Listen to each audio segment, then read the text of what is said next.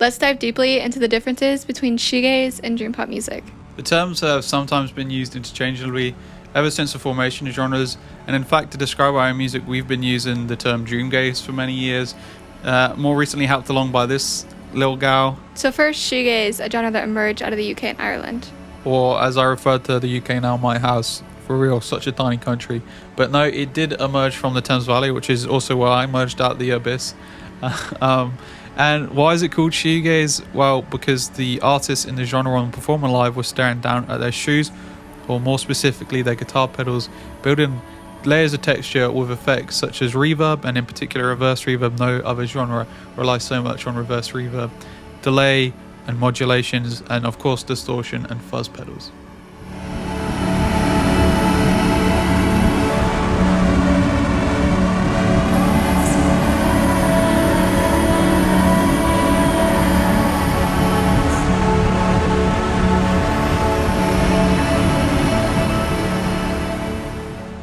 As slowdive Simon Scott has said, the genre is very anti-showmanship. With Ride's Mark Gardner describing the lack of ego within the genre is very much focused on the instrumentation, the building up of the textures, a communal effort by the musicians within bands to create these beautiful sounds. So it is very lack of guitar solos, lack of egocentric lead vocals, for example. So it's a very introspective genre that really brings out something unique in both the performer and the listener.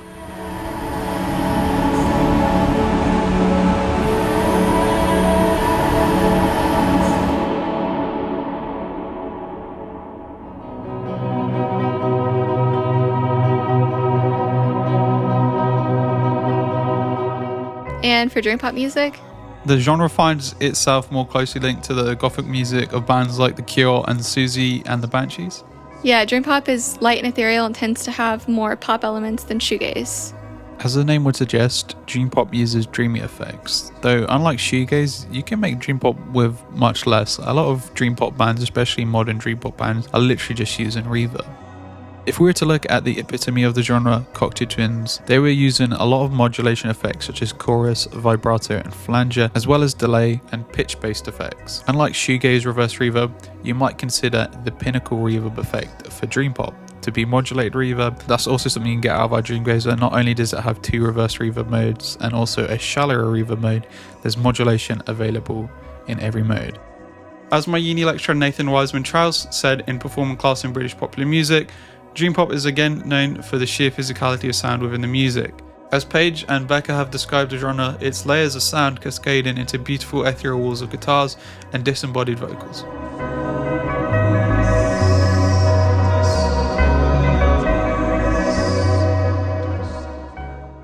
Now we've looked at the origins and background for both of the genres, let's take a closer look at the differences and the similarities between the two.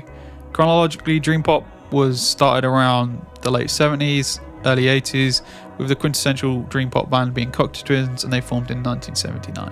Yeah, and shoegaze emerged a little later, around the mid-80s, and really initially peaked across the decade change from 88 to about 93, with My Bloody Valentine being one of the archetypes of the shoegaze genre, forming in 1983.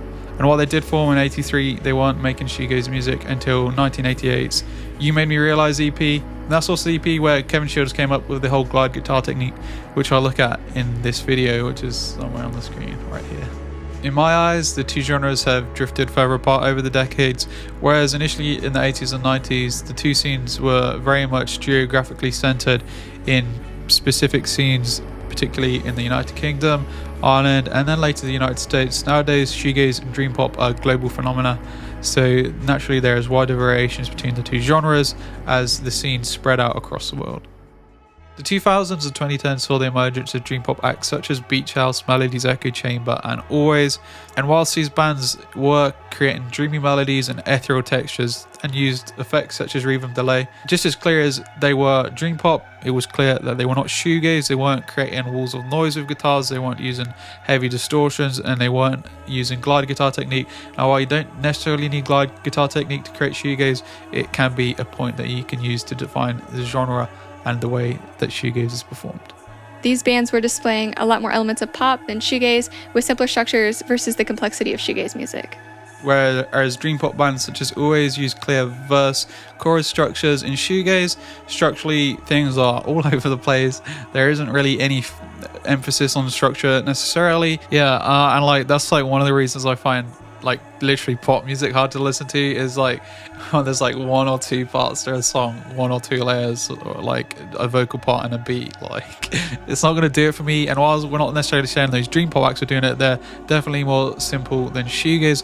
That's why I define slowdive as both shoegaze and dream pop, because their music is very texturally rich. There's so many layers, and like I've been listening to those albums for years and I'm still finding layers, a bit like I am with Tame Impala, but people don't like to say Tame Impala is shoegaze.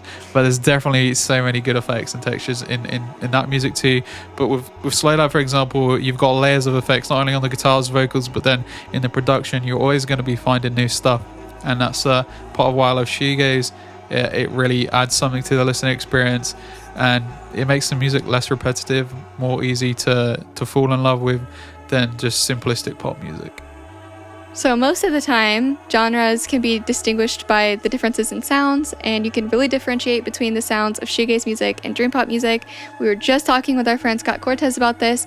I asked him with his two projects how he likes to differentiate, if he does at all, and he said he definitely does. He thinks lovesliescrushing is shoegaze through and through, whereas astrobrite does have more elements of pop music in there, so it could be described as dream pop. And that brings us nicely to the point that we always say is a lot of dream pop bands can't be considered shoegaze, but most shoegaze bands can be actually considered dream pop as well. Very fluid. Yeah, very fluid, and a lot of the time the texture takes priority over the structure. As I said in my 2019 film, What is Shoegaze? Texturally, there is a variation between both the effects being used and the resultant sounds of said effects between the two genres.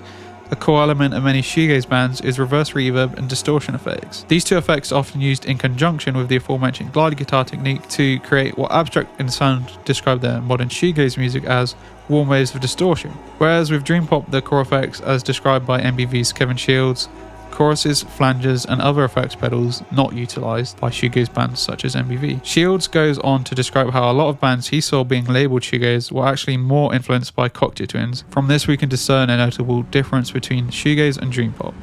In plain speak, shoegaze is heavy and loud, whereas dream pop is light and ethereal. We could also look at things from a different perspective and ascertain that perhaps shoegaze and dream pop are not so different after all.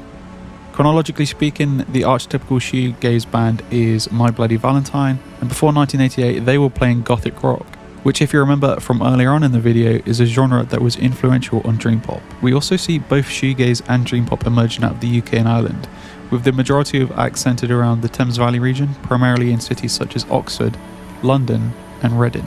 And this is where it gets confusing, because a lot of the earlier shoegaze bands had songs that could also be defined as dream pop. Slowdive, I'm looking at you my dears.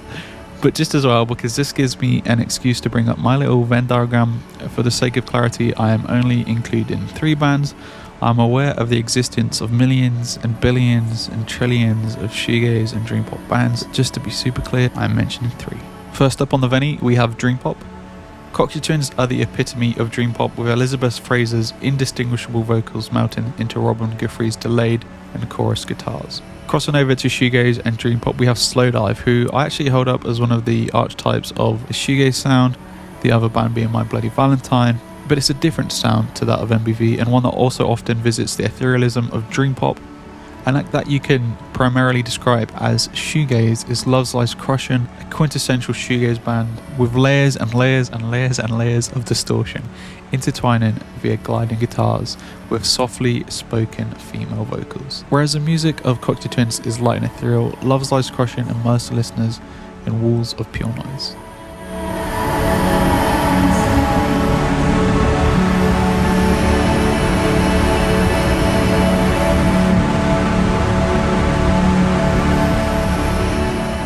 It's natural to see why shoegaze and dream pop have so often overlapped. They both emerged out of similar times and places, utilising similar effects and often with similar influences. Both genres were distinguished by their immersive textures, created by the effects we mentioned in this video. This results in a listening experience that evokes similar feelings in those listening to the music. If you get one thing from this video, it's this: not all dream pop bands are shoegaze, but most shoegaze bands are also dream pop.